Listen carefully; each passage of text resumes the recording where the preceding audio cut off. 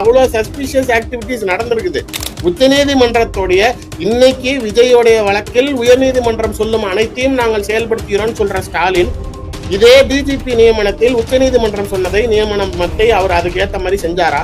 கேட்கப்பட்ட இடங்கள் கொடுக்கப்படவில்லையாமே, அவர்களுக்கு போதுமான பாதுகாப்பு கொடுக்கப்படவில்லையாமே, பொறுப்பு டிஜிபி எந்திரிச்சு போறாரு இந்த கேள்விக்கு. அதே சிஎம் இந்த கேள்விக்கு நவுந்து போறாரு.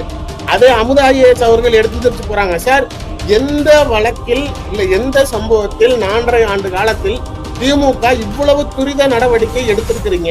நான் ஒரு விஷயத்தை கவனிச்சேன், அது எவ்வளவு பேர் பாத்தீங்கன்னு தெரியல. நான் அந்த ஃபுட்டேஜ்ல பஸ்ல 2 பக்கத்தும் நாளைக்கு வரிசையாக ஒரு 15-20 செருப்புகள் வீசப்படுறப்ப ஒரு செருப்பு கூட சாதாரணமாக மெல்லிசாக நம்ம பயன்படுத்தக்கூடிய செருப்புகள் கிடையாது. இது எல்லாமே இந்த பிளாஸ்டிக் செருப்புகள், இந்த கிராக்ஸ் மாதிரி பெருசா இருக்குது.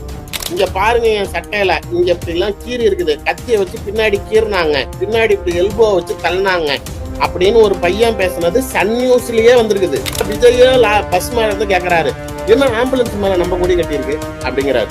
அவரே ஷாக் ஆகுறாரு. அங்க நீங்கள் தாவேக்கா கொடி கட்டப்பட்டிருந்த ஆம்புலன்ஸ்கள் அதே அரசு மருத்துவமனைக்கு வந்த பிறகு அதே ஆம்புலன்ஸ்களில் திமுக கொடி கட்டப்படுகிறது, திமுக மருத்துவர் அணியில் நாளைக்கு போடு மாட்டப்படுகிறதுங்கிறப்ப சந்தேகம் எழுகிறதா இல்லையா? கீழே அவங்க மயக்கம் போட்டு விழுந்துட்டாங்க, அதை அவர் பார்க்கல அப்படிங்கிறதுக்காக அவங்க செருப்பு வீசினாங்க, அதனால நாளைக்கு இங்க பாரியா அப்படிங்கிறதுக்காக அவங்களோட ஆதங்கத்தை தெரிவிச்சாங்கன்னா முதல் அறிவு இருக்க வேண்டியவர் உங்களுக்கு தான்.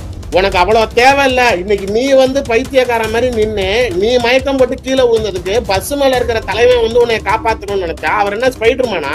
விஜய் பங்கெடுத்துக்கிட்டதனால் அந்த துயரத்திற்கும் அங்க நடந்த அசம்பாவிதத்திற்கும் விஜய் பொறுப்பு அப்படின்னு பேசுற நீங்க, விஜய் பங்கேற்பதற்கு அனுமதி வழங்கிய அரசு அதிகாரிகளும் அந்த சம்பவத்துக்கு பொறுப்பேற்கணுமா இல்லையா? இந்த லத்தி சார்ஜ் முதல்ல அஜித் குமார் மேட்டர்ல தான் அது வந்துச்சுன்னு நினைக்கிறேன். லத்திகள் இனிமேட்டு காவல்துறையினர் பயன்படுத்தக்கூடாது அப்படின்னு சொல்லி ஒரு சட்டம் வந்துச்சு, ஞாபகம் இருக்குங்களா? கவர்மெண்ட் வந்துச்சு. இப்படி இருக்கிறப்ப எப்படி நீங்க இந்த கிரௌடுக்குள்ளார இருந்த போலீஸ் கையில லத்தி இருந்துச்சு?